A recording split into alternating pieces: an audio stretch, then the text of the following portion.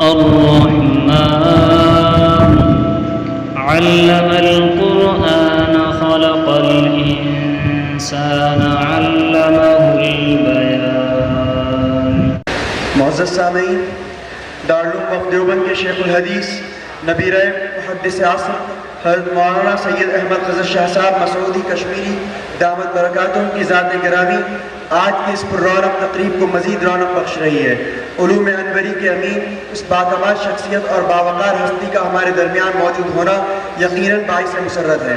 حضرت والا سے درخواست کرتے ہیں اپنے خیالات کریں۔ بسم اللہ الرحمن الرحیم، الحمد للہ والصلاۃ علیہ مثل کلمۃ طیبۃ کشجرۃ طیبۃ اصلها ثابت وفرعها فی السماء، صدق اللہ العظیم۔ صدر محترم اور حضرات علماء کرام اور طلباء عزیز، رات کا کافی حصہ گزر چکا اور اس مجلس سے متعلق یہاں پر جو تفصیلات آپ کے سامنے بہت سے حضرات نے بیان کی ہیں، مجلس کی غرض و غایت اور جس مقصد کے لیے یہاں پر ہم سب جمع ہوئے وہ مقصد بھی تکمیل کو پہنچ چکا۔ اگرچہ یہ شکوہ کیا جا سکتا ہے کہ یہاں پر اسٹیج پر موجود جو حضرات جن کو دعوت دی گئی وہ اپنی ذات میں ہر ایک انجمن تھا، اپنی ذات کے اندر ایک ادارہ، ایک جماعت، ایک فکر اور ایک علم بھرپور ان کے اندر سمایا ہوا۔ ایسی بہت سی مجلسیں بھی ناکافی تھی۔ اگر اس کی طوالت کو اور اس مجلس کے دورانیہ کو اور اس میں اضافہ کیا جاتا تو یقیناً وہ خوش آئند بھی ہوتا اور ہر ایک کو بہت کچھ ہونے کا موقع ملتا۔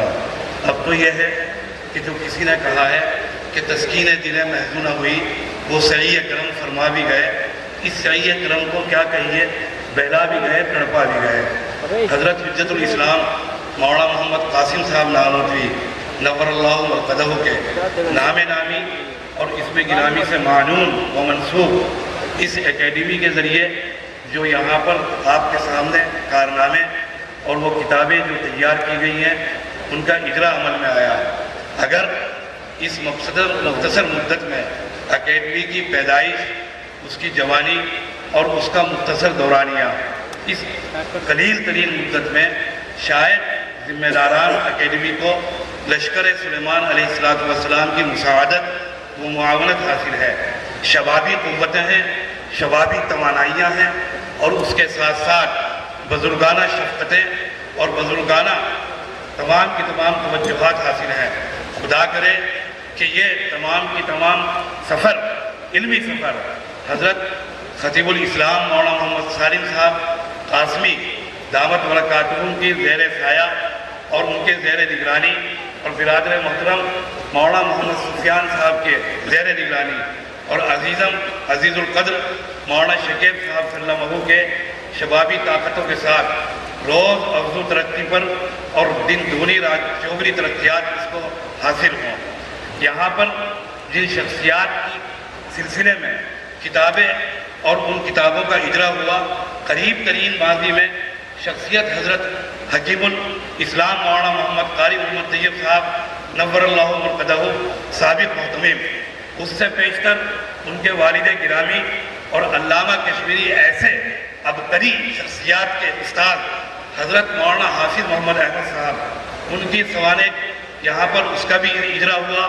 وہ شخصیت ہم سے بہت بیشتر اور ان کا عہد ذری بہت بعید ہے۔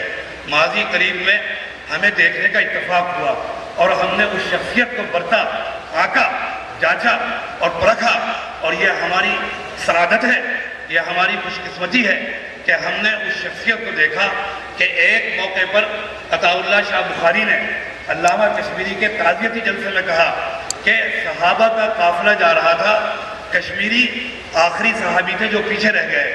ہم کہہ سکتے ہیں کہ حکیم الاسلام قاری محمد طیب صاحب تابعین کا قافلہ جا رہا تھا، وہ آخری شخصیت تھی جو پیچھے رہ گئی اور جسے ہم جیسی آنکھوں کو دیکھنے کی سعادت نصیب ہوئی۔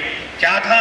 ایک طوفان، ایک ایسا سمندر جو اپنے اندر قیمتی موتی لیے ہوئے، لیکن اس کی اوپر کی سطح انتہا سے زیادہ پرسکون، افراد اور افراد کے مزاج اداروں کے اوپر اثر انداز ہوتے ہیں، افراد کے مزاج بھی، قوموں کے مزاج بھی، اور اسی کے ساتھ ساتھ ادارے ہوں، ملک ہوں یا تنظیمات ہوں، یا اس کے ساتھ ساتھ مدارس ہوں، مکاتب ہوں، انجمن ہوں۔ حجت الاسلام حضرت مولانا محمد قاسم صاحب نانوتوی کی جو فکر تھا، ان کا جو رجحانات تھے، ان کے جو خیالات تھے، دارالعلوم دیوبند پر اس کے اثرات کیوں مرتب نہیں ہوتے؟ یہی چیز آپ کو تاریخ میں اور تاریخ اسلامی میں اور تو اور جناب نبی کریم صلی اللہ علیہ وسلم کی حیات طیبہ میں سوال کے جواب میں عائشہ صدیقہ کا وہ جواب آپ کو یاد ہوگا کہ فرمایا کہ اگر محمد کی سیرت دیکھنی ہو تو قرآن مجید کا مطالعہ کرو۔ گویا کہ پیغمبر نے اپنے وجود میں، اپنے پیکر میں اور اپنے جسم کے اندر قرآن مجید کو جذب کر دیا تھا۔ پھر پیغمبر کی تعلیمات کس طریقے پر آپ نے صحابہ کرام کی جماعت کو خراشا اور پھر امت کی گود میں ان کو پھینک دیا، اور انہوں نے وہ کارنامے انجام دیے۔ سیرت کو انہوں نے جذب کیا، پیغمبر کی تعلیمات کو، فرامین کو، احادیث کو، ہدایات کو اور سنتوں پر انہوں نے عمل پیرا ہو کر اسلام کی ایک تاریخ بنا دی۔ اس طور پر امیر معاویہ ہیں، اور انہوں نے ایک موقع پر امارت کے سلسلے کے اندر تقریر کی اور کہا من یرید ان یتکلم فی ھذا الامر فلیطلع لنا قرنہ، کہ جو عمارت کے موضوع پر بات کرنا چاہے وہ ہمارے سامنے آئے اور آنے کے بعد اپنا دعویٰ پیش کرے۔ ابن عمر موجود ہیں، معمولی شخصیت نہیں ہے عبداللہ ابن عمر، بات ان کا جسارت میں، ان کی جرأت اور ان کی بصارت اور ان کی قوت سب کچھ مسلم ہے، اسلامی تاریخ کا نمونہ ہے سیدنا عمر، اور ابن عمر بھی کچھ کم نہیں ہے۔ ابن عمر موجود ہیں سیدنا معاویہ کے اس دعوے پر کہ نحن احق منہ ومن ابیہ، کہ ہم اس عمارت کے اس سے اور اس کے باپ سے زیادہ مستحق ہیں۔ ابن عمر موجود، وہاں پر صحابی نے دریافت کیا کہ آپ نے جواب کیوں نہیں دیا؟ پیغمبر کی تربیت دیکھیے، جناب نبی کریم صلی اللہ علیہ وسلم کا انداز دیکھیے جس کو صحابہ نے جذب کیا تھا۔ فرمایا کہ جواب دینے کے لیے میں نے اپنی آستینیں سوت لی تھی، اپنی چادر سمیٹ لی تھی، میں نے اس لیے جواب نہیں دیا کہ کہیں میرے جواب سے امت کے اندر اتحاد پارا نہ ہو جائے، کہیں یہاں پر خوریزی نہ ہو جائے اور میرے الفاظ کو غلط معانی نہ پہنا دیے جائیں۔ میں نے اس لیے ان نعمتوں کو یاد کیا جو پیغمبر نے صبر کے عوض میں اور بدلے میں جنت میں جمع کی ہے۔ یہ صحابہ کی حیات اور صحابہ کا یہ انداز امت کے افراد کے اندر منتقل ہوا۔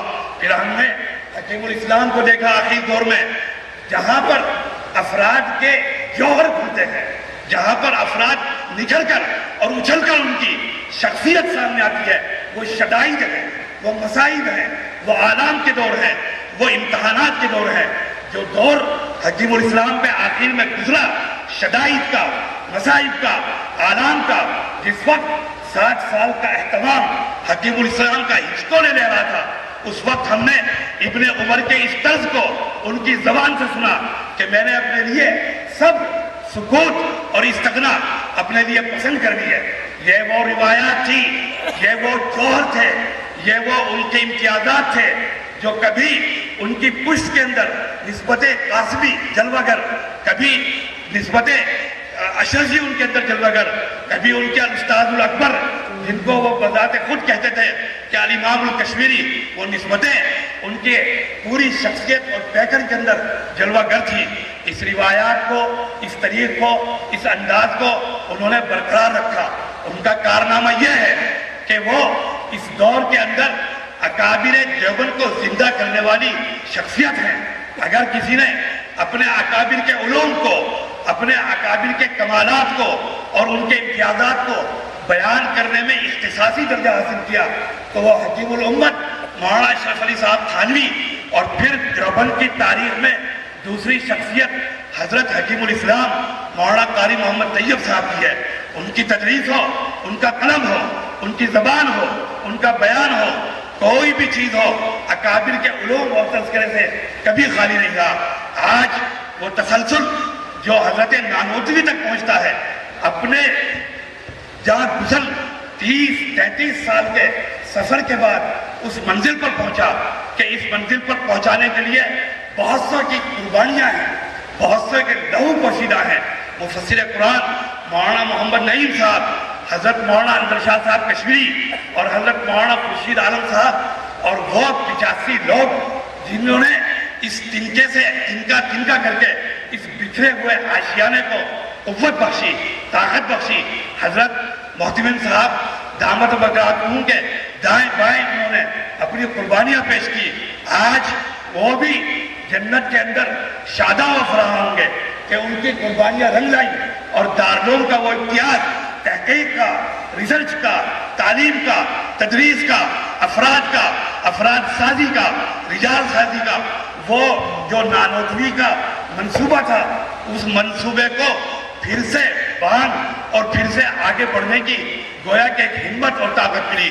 بڑی مبارکباد ان تمام حضرات کے لیے جو اس اکیڈمی سے وابستہ ہیں۔ خدا تعالیٰ ان کے کاموں کے اندر مزید ترقیات اور قبولیت کی شان پیدا فرمائے۔ وآخر دعوانا ان الحمدللہ۔